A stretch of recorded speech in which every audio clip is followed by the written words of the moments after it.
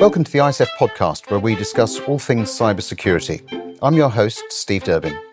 ISF CEO Steve Durbin is an expert in leadership, business culture transformation, and cyber strategies for today's top enterprises. I'm producer Tavia Gilbert. Today, Steve looks toward the horizon at the threats and challenges that enterprises and business leaders will face in 2026 and beyond, and he gives advice on how everyone, from the board to the practitioner, can meet these challenges. Hello, and welcome to the ISF's annual lookout into 2026 to see this year what it is that we're going to have to be contending with, an emerging threat and challenge over the next 12 months. I'm Steve Durbin. Over the next hour, what I'm going to be doing is highlighting for you my particular perspective on some of those emerging threats and challenges. I'm also going to be giving you some advice on how you can deal with them right the way across the organization, from the boardroom right the way down to the practitioner. So what are we going to specifically be looking at?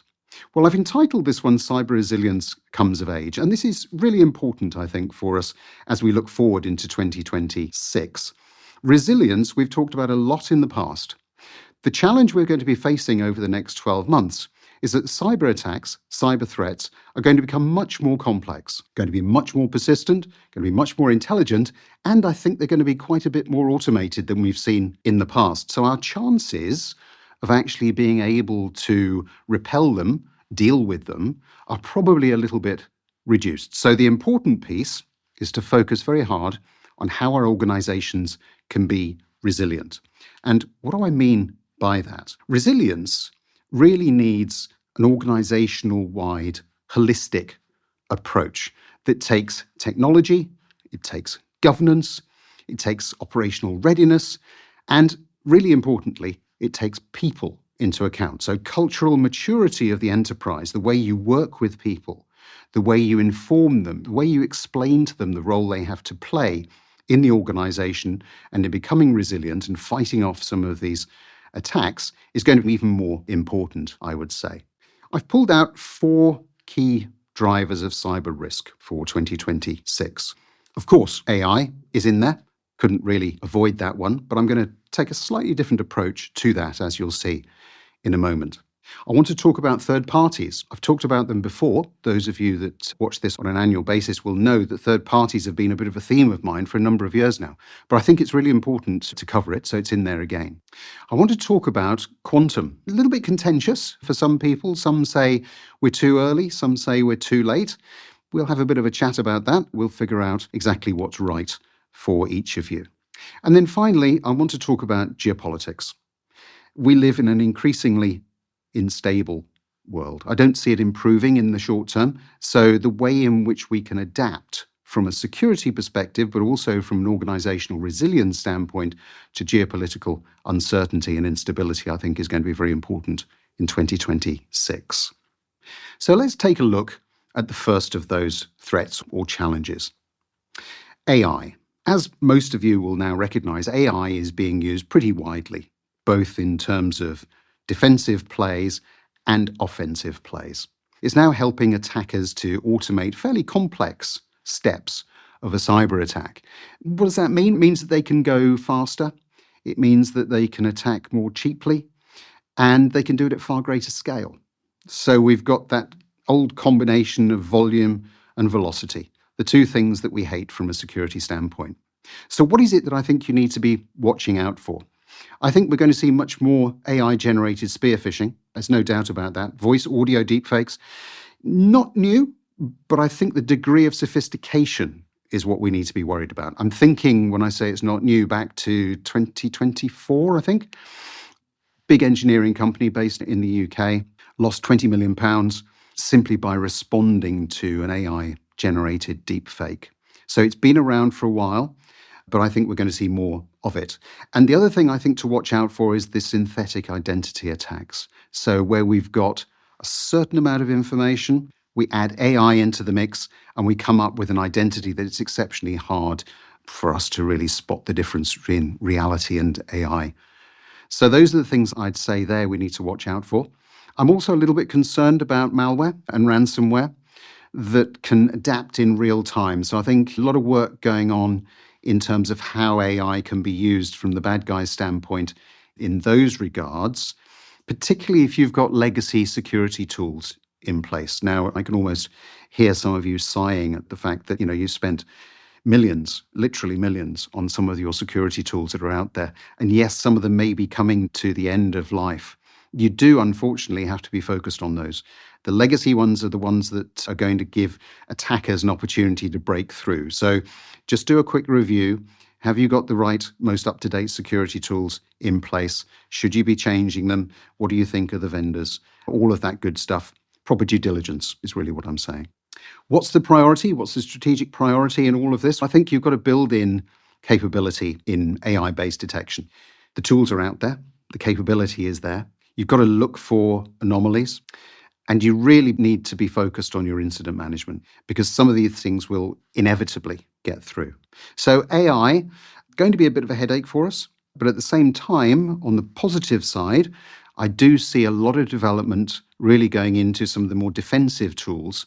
And so not all bad news, but just be a little bit eyes open when it comes to AI.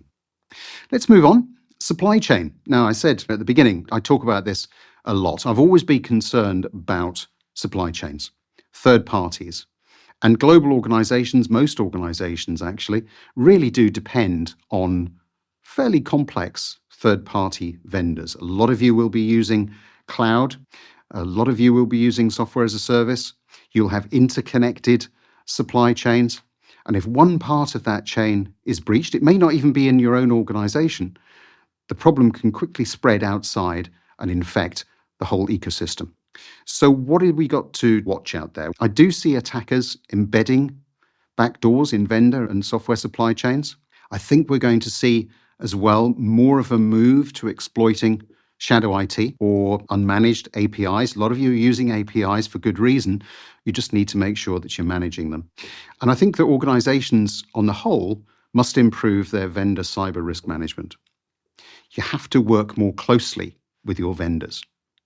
There's a requirement for a much higher degree of supplier-based transparency, and you have to be monitoring constantly and continuously. Now, all of that comes with an overhead, but the downside, if you don't do it, can be quite catastrophic. And again, I'm thinking of some of the more recent attacks that we've seen just in 2025, where businesses have been brought literally to a standstill, not because their own organization has had the attack, but because perhaps the outsourcer that they're using has been attacked. The effect on reputation, on business, is never with the third party. It's always with you. And so you have to really pay attention to what you will do come the day when one of your third parties or a component of your supply chain is infected. Some of you will be familiar with, again, a very large manufacturer based in the UK. The cost of what I'm talking about here has risen to about £1.9 billion. That's not insignificant. Put the money aside, that's had a knock-on impact, not just on the workforce, but also on a number of different smaller manufacturers that provide product. Because once the manufacturing plant shuts down, you no longer need to have all of those components being provided. So it isn't just money, it is real impact on people's lives and indeed on the whole business ecosystem. What's the priority in that? Well, I think boards have got a key role to play here. I think they should be demanding much more forcefully metrics on third-party risk exposure and supply chain resilience. I'm a big fan of that. I would like to see it almost being a statutory requirement for boards to really look at and understand the risk that they're facing across that whole digital ecosystem.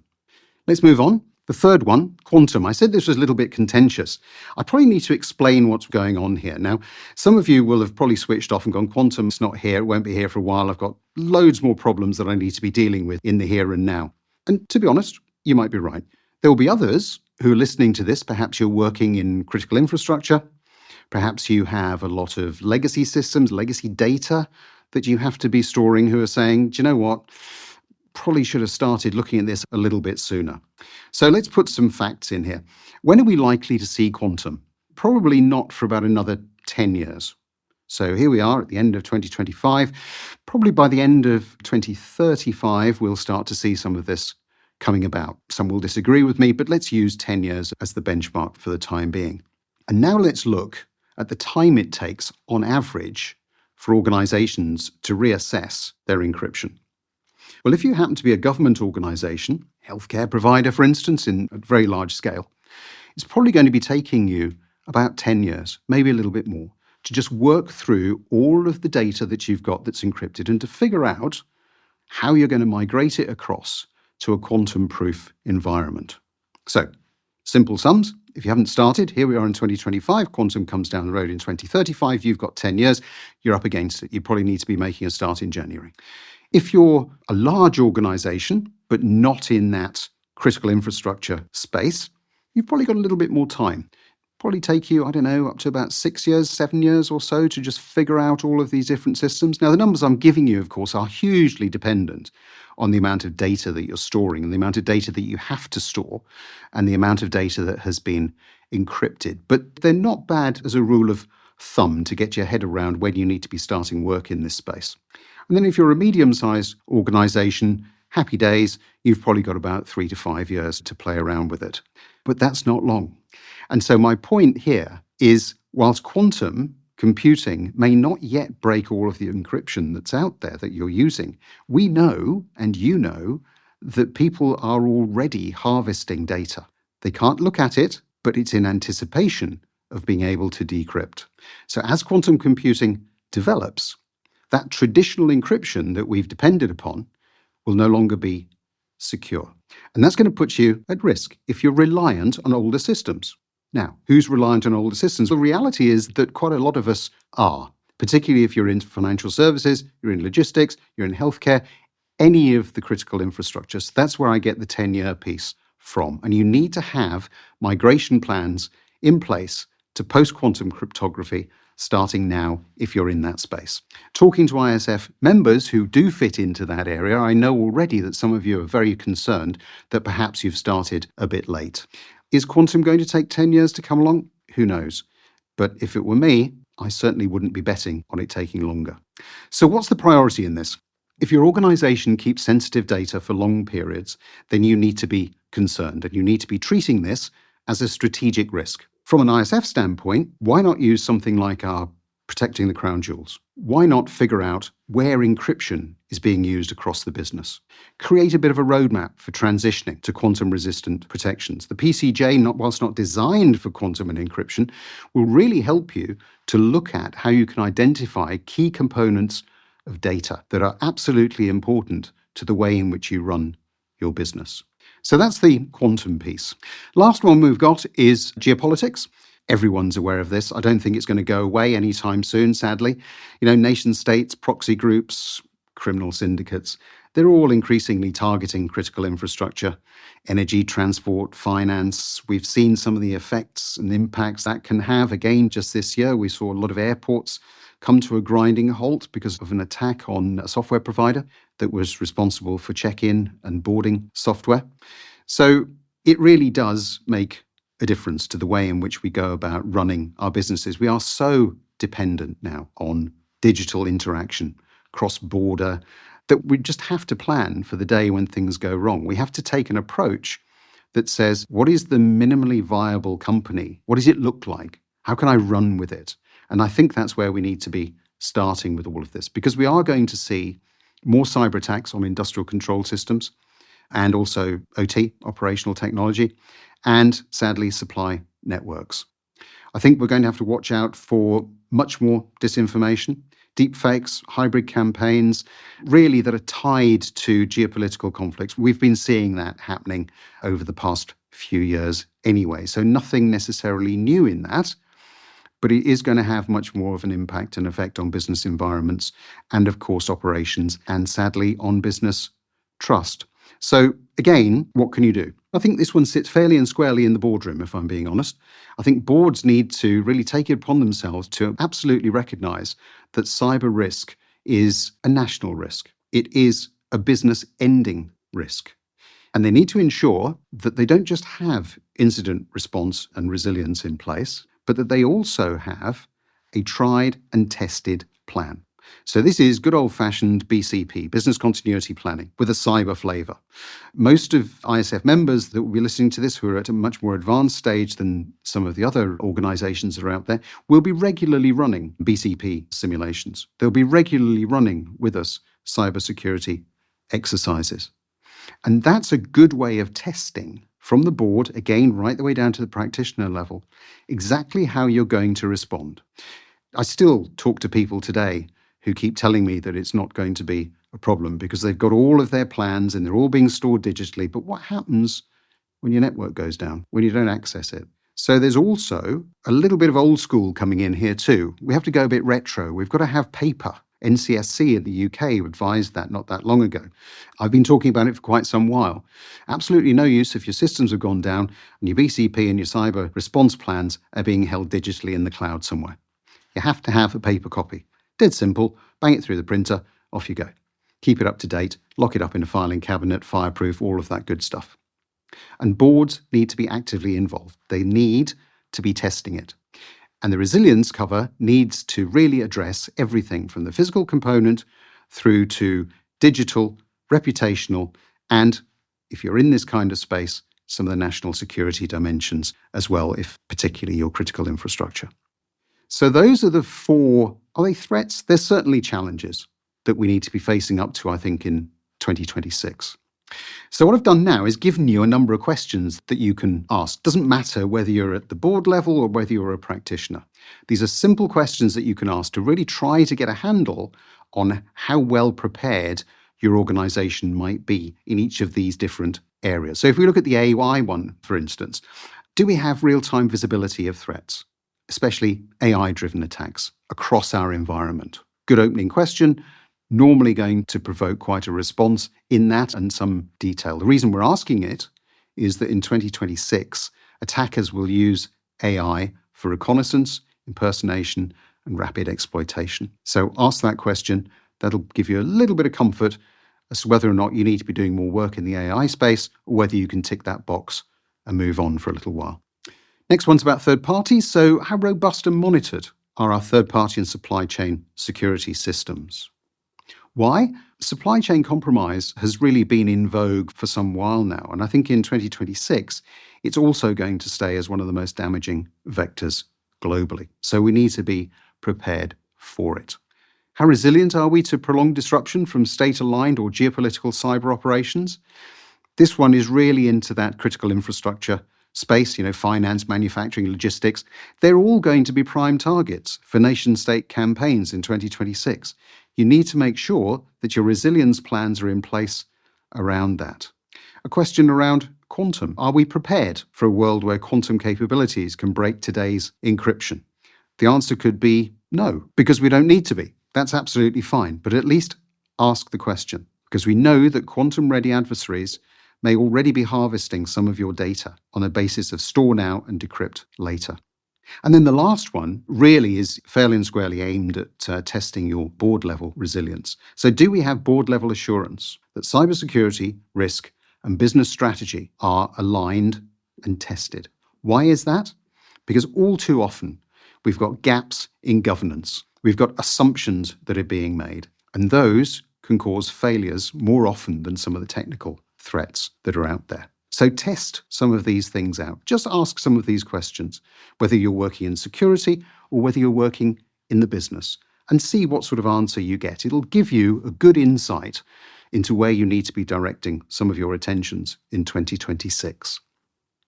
Now, I've talked about the board. This is one of my particular themes, areas, because I think that boards generally, whilst they have improved in their understanding of cyber, still have quite a way to go and still quite a lot of work needs to be done in this space. 2026, some of the emerging challenges that I've been talking about are going to introduce additional governance questions. There's no doubt about that. The first one for me would be, who actually has the authority to make decisions on cyber risk? Now, risk traditionally has been something that a board has always managed.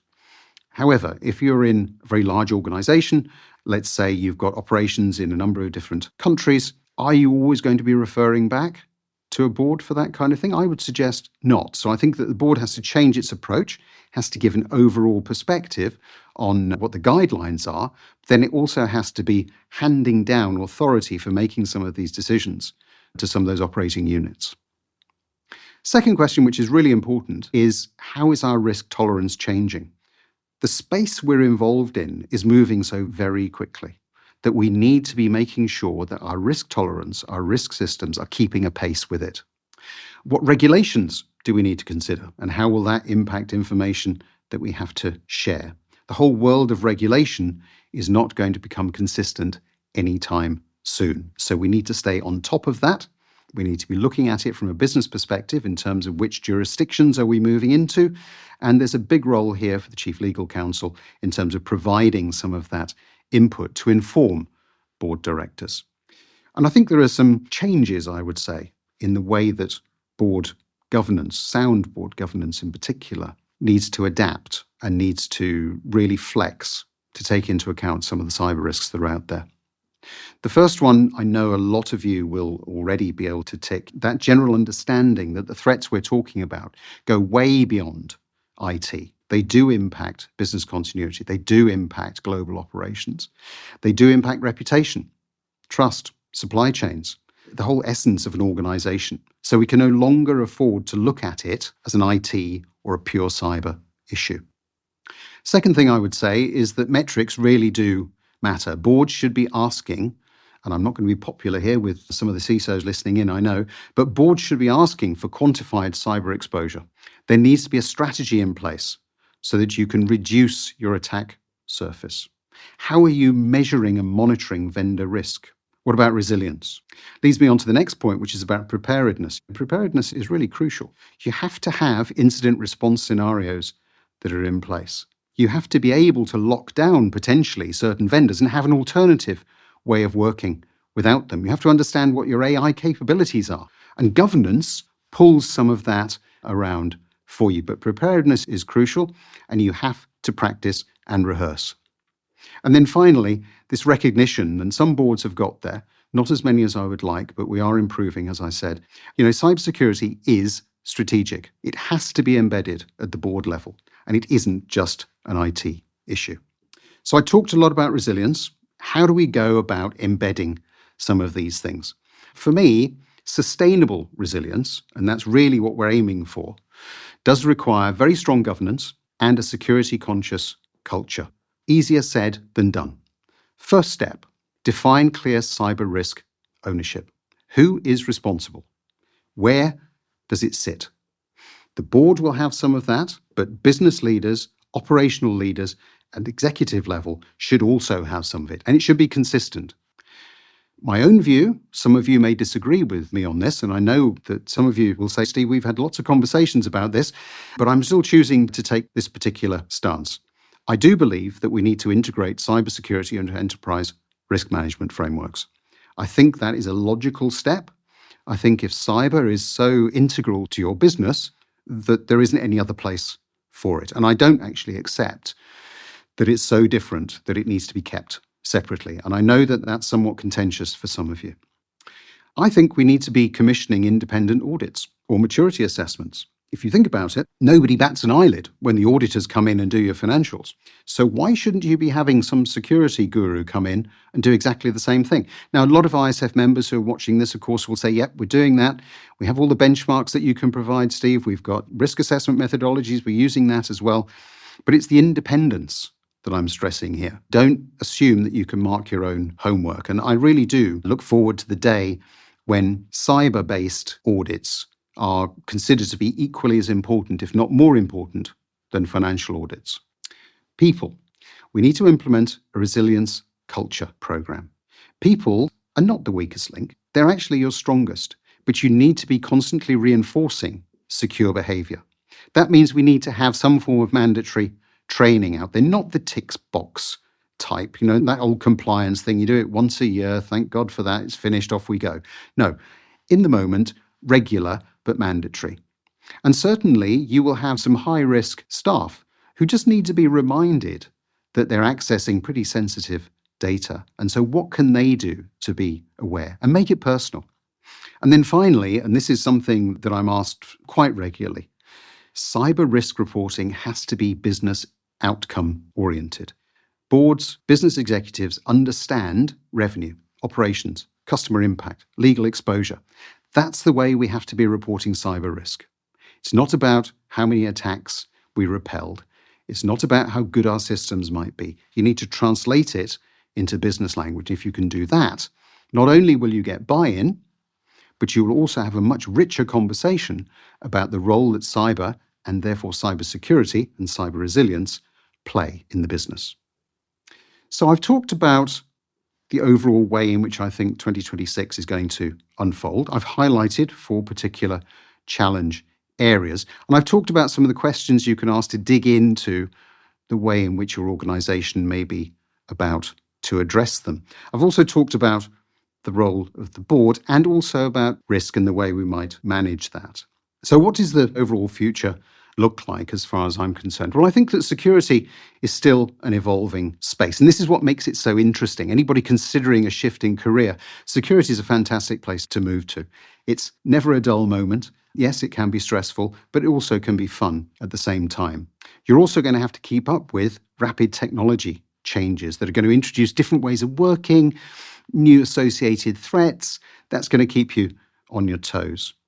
And I think that the way to deal with that is through collective and collaborative working. Yes, across the enterprise, but also across industry. And we're seeing a lot of that now at the ISF. We've always been a particularly sharing kind of organization at the member level. But I think that that cross-industry piece is really important going forward. Regulation, I think it's something that we're going to have to come to terms with. It is there. It's not going to be standardized. It is an overhead. We just have to suck it up and get on with it, is the stance that I've taken and landed on there, I have to say somewhat sadly, but that's the reality. And I think that the way to deal with some of these things is through implementing what I would call adaptive governance and therefore adaptive security. So adaptive governance is all about how you can disseminate some of these challenges and approaches right the way down through the organization. So don't have bottlenecks. Move away from hierarchies. Look at how you could integrate right the way across the business, as is appropriate. Boards, business leaders, I think they're critical. They do have a key role to play. And I think the bottom line is that irrespective of what threats and challenges are out there, security will continue to need to support all elements of technology rollout, including AI. And that's what makes it such a fascinating, vibrant, and interesting space to be working in. Thank you for listening. We'll be back next week with more expert insights and thought-provoking discussions. But in the meantime, if you really enjoyed today's episode, please take a moment to rate, review, and share the podcast. If you're interested in becoming an ISF member or continuing the conversation further, please do get in touch with me at steve.durbin@securityforum.org, or indeed get hold of me on LinkedIn. And remember, you can explore all our media and resources at our website, securityforum.org.